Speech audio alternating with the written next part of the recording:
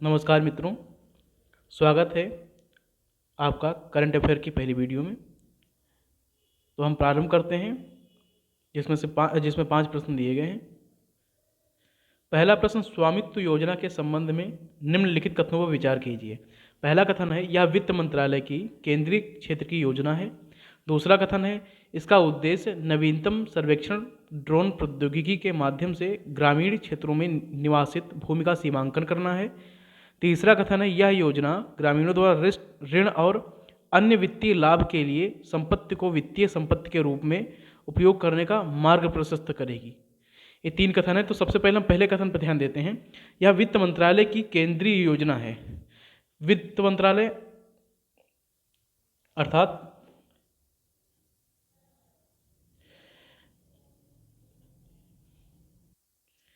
अर्थव्यवस्था, ऋण, बैंक, इन सबसे संबंधित।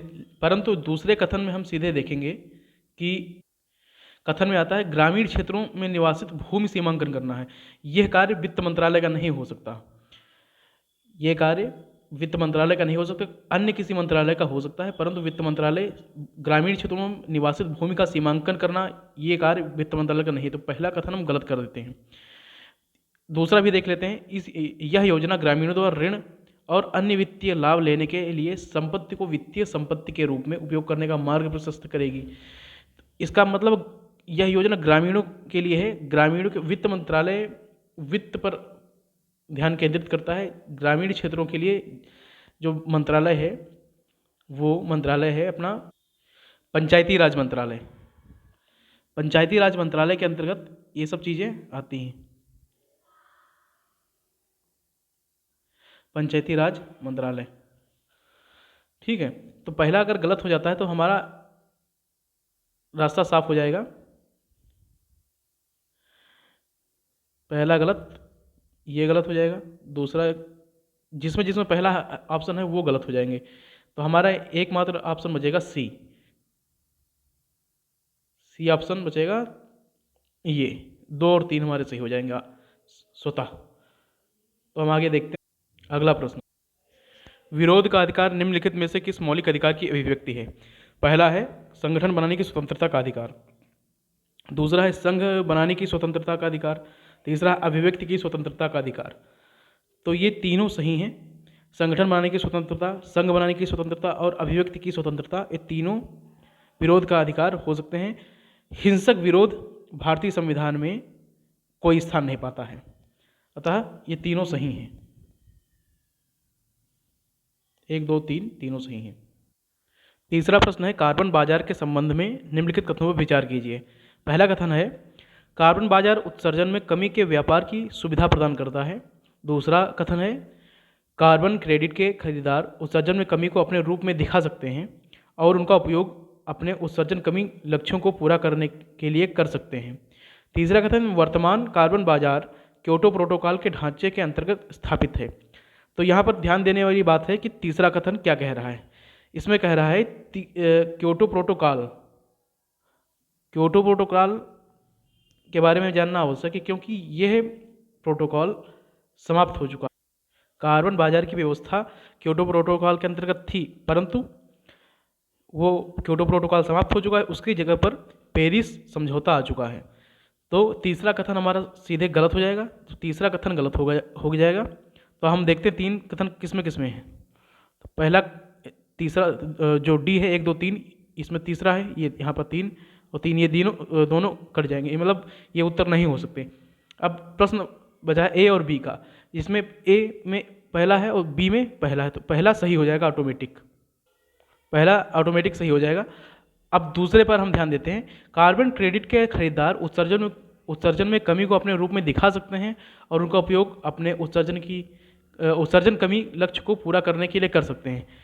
तो ये कथन एकदम सही है। तो हमारा कथन हो जाएगा सही उत्तर बी, 1 और 2 दोनों सही हैं। ये दोनों कथन सही हैं। अगला हम प्रश्न देखते हैं।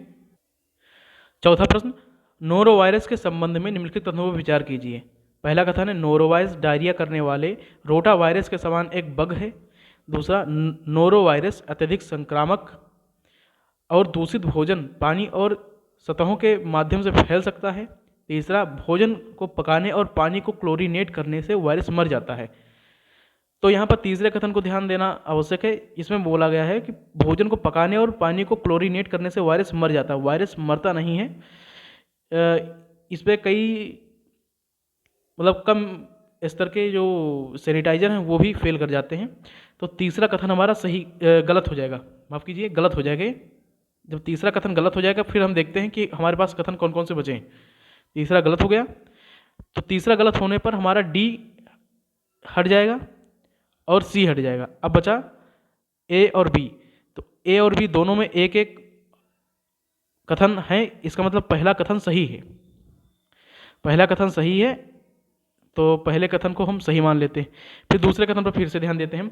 नोरो वायरस अत्यधिक संक्रामक है और दूषित भोजन पानी और सतहों के माध्यम से फैल सकता है। तो दूसरा भी कथन सही है, तो हमारा बी उत्तर हो जाएगा।